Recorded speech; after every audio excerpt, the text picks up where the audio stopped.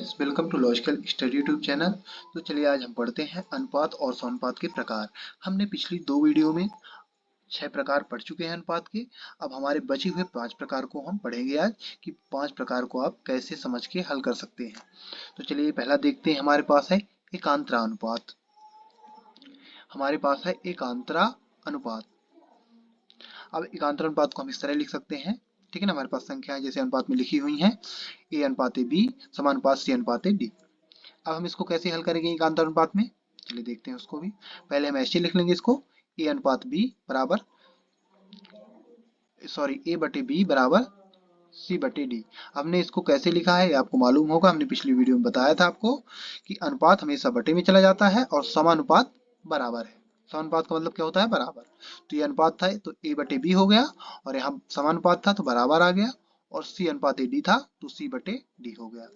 चलिए अब इसको हम क्या करेंगे, चेंज करेंगे एकांतर अनुपात में।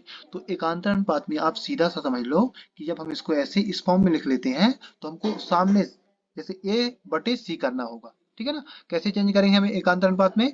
ए बटे सी कर देंगे और यहाँ बी बटे डी कर देंगे, सामने सामने। बराबर की इधर उधर जो संख्याएं लिखी हुई हैं तो उनको सामने सामने, अंश को अंश के बटे में, जैसे पहला अंश है ए बटे सी कर देंगे और बी बटे डी कर देंगे। चलिए इसको करके देखते हैं। तो यह आ जाएगा हमारा, हमने इसको क्या किया, पहले मल्टीप्लाई कर दिया, ठीक है ना, मल्टीप्लाई कर दिया। मल्टीप्लाई करके हम इसको आपको समझा देंगे कि आया कैसा। जैसे हम इसको यहाँ से a बटा सी करते हैं और b बटा डी, तो ये कैसे आता है। तो चलिए इसको भी हम बताते हैं आपको कि कैसे आएगा ये। इसके लिए क्या करना रहता है हमें, एकांतरा अनुपात ही। तो पहला का अंतर दूसरे के, पहला का जैसे पहले अनुपात का दूसरे अनुपात के पहले से अंतर करेंगे उसका, तो एकांतर अनुपात हो जाता है। तो जैसे a बटे सी हो जाएगा यहाँ b बटे डी, तो उसी प्रकार हम यहाँ से निकाल लेंगे, मल्टीप्लाई क्रॉस मल्टीप्लीकेशन करके गुणे की संख्या बटे के में जाएगी, उस रूल के हिसाब से हम इसको एकांतर अनुपात को हल करते हैं। चलिए देख लेते हैं हमने क्या किया, गुणा a का d में किया तो ad हो गया, और b का c में किया तो bc हो गया, यहाँ क्रॉस मल्टीप्लीकेशन से। अब इसको हम क्या करेंगे, हमें क्या निकालना है, एकांतर अनुपात। तो a और c को हम कहाँ भेजेंगे, a के बटे में, क्योंकि इसका b का c गुणांक है। तो इसको हम करके देखते हैं। तो b के सी बटे में c आ गया, और इधर a के बटे में c आया, और इधर b के बटे में d जाएगा, क्योंकि a का गुणांक d है। तो हम इसको ऐसे लिख सकते हैं यहाँ, a अनुपात c समानुपात b अनुपात d। ये क्योंकि कैसे लिख सकते हैं, क्योंकि जब बटे में संख्या दी होती है, जैसे बटे में a बटा c, तो हम इसको अनुपात में लिख सकते हैं, ठीक है ना, a अनुपात c। और जब बराबर होता है तो हम इसकी जगह समानुपात लगा सकते हैं, यहाँ लगा हुआ है, ठीक है ना, समानुपात, क्योंकि समानुपात का मतलब ही बराबर होता है। अब ए बी बटे ए है तो बी बटे ए को भी हमने सेम लिखा है, बी अनुपात डी। चलिए अगला देखते हैं। अगला है हमारा व्युत्क्रमानुपात। अब व्युत्क्रमानुपात में हम जैसे हमारे पास है ए अनुपात बी समानुपात सी अनुपात डी। इसको हम क्या करेंगे, चलिए देखते हैं, इसको हल करते हैं कैसे करते हैं। ए अनुपात बी ये हमने सेम लिख लिया पहले, ठीक है ना, ए अनुपात बी बराबर सी अनुपात डी। ये बटा का मतलब अनुपात ही होता है, अनुपात का मतलब बटा। तो ये हमने लिख लिया। अब क्या करेंगे, हम यहाँ संख्याओं को उल्टा कर देते हैं। व्युत्क्रम का मतलब क्या होता है, उल्टा करना। जैसे यहाँ हम देख लो आप कि जैसे कोई संख्या लिखी हुई है यक्स, अब हम इसका व्युत्क्रम निकालेंगे यदि, तो ये हो जाएगी 1 बटा यक्स। क्या हो जाएगी, 1 बटा यक्स, ठीक है। ये संख्या हमें प्राप्त होगी। तो हम इसका क्या करते हैं, व्युत्क्रम कर देते हैं, संख्याओं का व्युत्क्रम कर देते हैं, तो हमें संख्या व्युत्क्रमानुपात प्राप्त हो जाएगा। चलिए इसको हम मिटा देते हैं और हम इसको करके देखते हैं कि इसको हम कैसे करेंगे। तो इसको क्या करेंगे हम व्युत्क्रमानुपात में। अब व्युत्क्रमानुपात में यदि आप करते हैं तो a है तो 1 बटा a करेंगे, फिर b है तो b को भी 1 बटा b करेंगे, तो वो बटे की संख्या गुणे में जाके सेम संख्याएं क्या हो जाती हैं, उल्टा हो जाती हैं। तो आप इसको डायरेक्ट ऐसा लिख सकते हैं, पलट दें संख्याओं को। हमने क्या किया, a बटे b था तो b बटे a कर दिया, बराबर c बटे d था तो d बटे c कर दिया।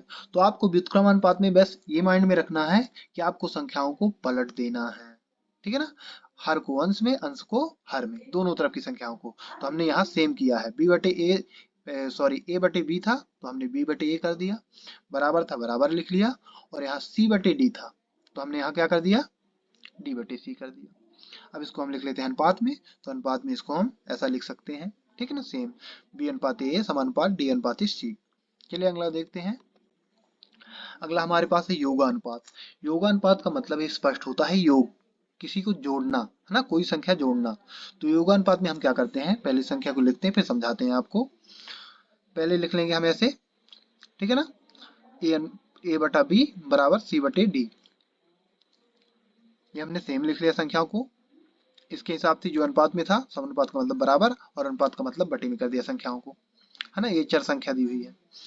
अब हम क्या करेंगे, यहाँ योगानुपात है तो दोनों तरफ वन प्लस कर देते हैं, यहाँ भी वन प्लस करेंगे, यहाँ भी वन प्लस करेंगे। अब यदि हम वन प्लस करते हैं इसमें, तो हमें ए प्लस बी बटे बी यही संख्या प्राप्त होगी, ठीक है ना। दोनों तरफ यहाँ भी होगी सी प्लस डी बटे डी, तो हम इसको डायरेक्ट कर देते हैं। तो आपको यहाँ दिमाग में यही रखना है कि आपको अंश, हर को अंश में जोड़ देना है और आपको योगदान प्राप्त हो जाएगा। चलिए करके देखते हैं। यहाँ ए प्लस बी बटे B equal to C plus D बटे डी। हमने कुछ नहीं किया, यहाँ वन को प्लस किया है दोनों तरफ, योगानुपात है तो हम वन प्लस कर देते हैं दोनों तरफ। मगर आपको वो भी दिमाग में नहीं रखना कि वन प्लस करना, बस मैं आपको समझाने के तौर पर ही बताया हूँ कि ये कैसे आता है। तो वन प्लस करने पर आता है, बट आपको यहाँ दिमाग लगाना कुछ नहीं है। यहाँ सिर्फ क्या करना है, हर नीचे का हर की संख्या को ऊपर अंश में प्लस कर देना है और हर की संख्या सेम बटे में लिखे रहने देना है।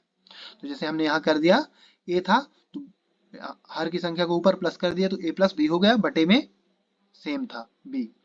इक्वल टू सी था तो सी प्लस डी, है ना, हर की संख्या को हमने ऊपर अंश में प्लस कर दिया और डी आ गया।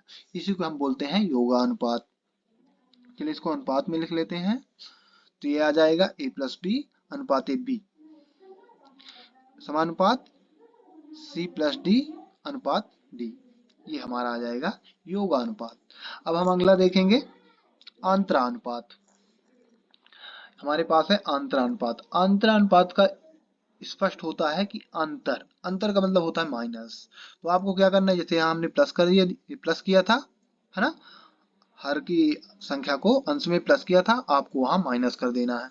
सेम सेम करना है, बस यहाँ माइनस कर देना है। जैसे यहाँ प्लस वन के तौर पर समझा गया था कि प्लस वन जोड़ेंगे योगानुपात में, प्लस वन ऐड करेंगे दोनों तरफ, तो यहाँ क्या करेंगे, माइनस वन करेंगे, है ना, माइनस करेंगे वन का दोनों तरफ। तो चलिए इसको कर लेते हैं।